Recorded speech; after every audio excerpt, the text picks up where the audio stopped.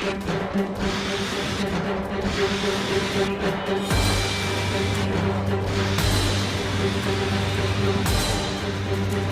subsonic missile is typically launched from U.S. Navy ships, and Raytheon, the Tomahawk manufacturer, claims that more than 2,300 Tomahawks have been fired in anger since the missile was introduced into American service.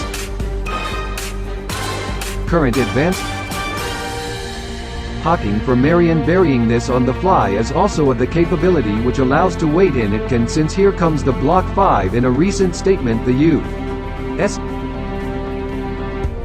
Navy vessels for the program manager for the advanced capabilities by recertifying and modernizing our block for inventory and by contracting production Block 5 missiles. Increased capability. Raytheon Tomahawk Block 515A and Block 5E variety will be expected to hit 1,000 miles or over 1,600 kilometers with the integration of a new sticker, and also will integrate a new warhead. They will have a broader range of capabilities, including greater penetrating power range, is especially important with a DF-26 and DF-21 missile with ranges of 2,409 and 1,335 miles respectively. According to the Center for Strategic and International Studies, the missiles are destined not just for the BLS launchers of surface ships but also an attack submarines more survivable. The first iteration of the Black 5 upgrades the missile's communication and navigation system. This is about making it tougher to counter and detect electronically, said Brian Clark, a retired submarine officer and senior fellow at the Hudson Institute. It has greater electronic hardening to be able to work through jamming more effectively. Clark said the hardening and the electronic countermeasures they put in to make it harder to find and target with radar, and that improves its survivability. They've incorporated a lot of survivability into Tomahawk over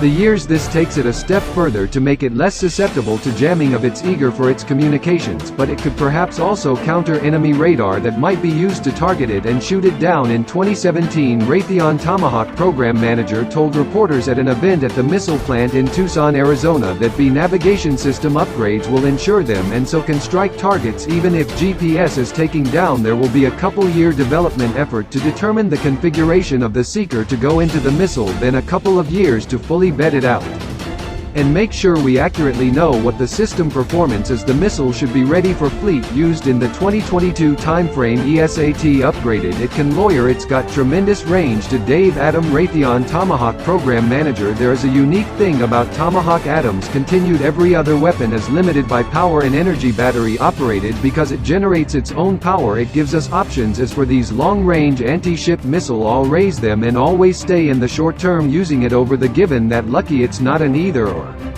situation, said Eric Wareheim, and naval analyst and author and editor of the U.S. Naval Institute Guide to Combat Queens of the World. You've got one that's tested and tried and another that isn't tested anywhere near the way that Tomahawk has been. I say the very least Tomahawk offers a stopgap capability until the new system is fully vetted. The Tomahawk, it also serves as part of a high-low mix worth, so being available for a mission that might not need to full capability of Lockheed Missile Sonic is a feature, not a bug. Supersonic and hypersonic missiles, that might make it seem like a fuddy-duddy by comparison, but there are good reasons to keep producing the Tomahawk even with its slower speed. The benefit of the subsonic missile as range started being subsonic means it's also able to travel any more fuel-efficient speed, so the fact that they can travel more than 1,000 miles is a function of the subsonic speed. To get that kind of range out of a supersonic missile you need something much larger. It's cheap, but relatively so the missile has been able to stay at the $1 million price range, which is only low.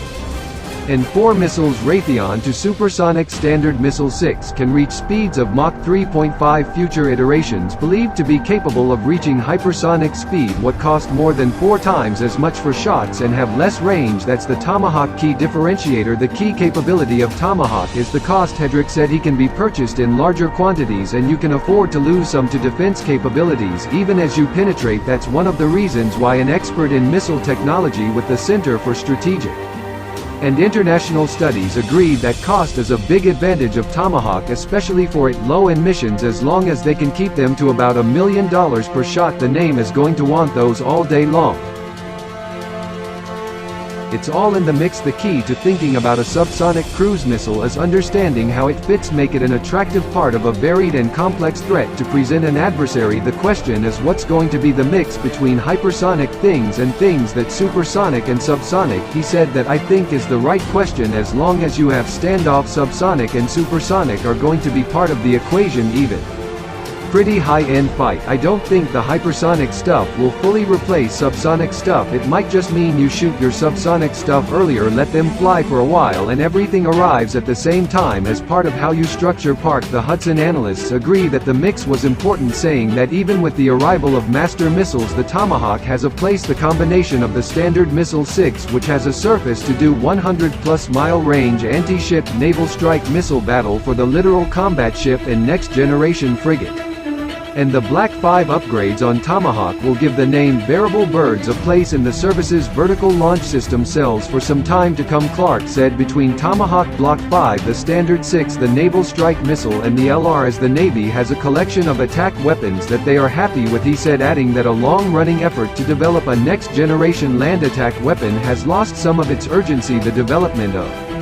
hypersonic missiles could, however, push down the road Mark 41 BLS launcher. What's happening in parallel is in the development of hypersonic missiles that are smaller form factor than the boost glide weapons that are coming to maturity now, Clark said, and if they can get it down to being able to fit in Mark 41 next generation capability, that's more survivable and has a shorter time of flight. So I think this combination of those the Navy has now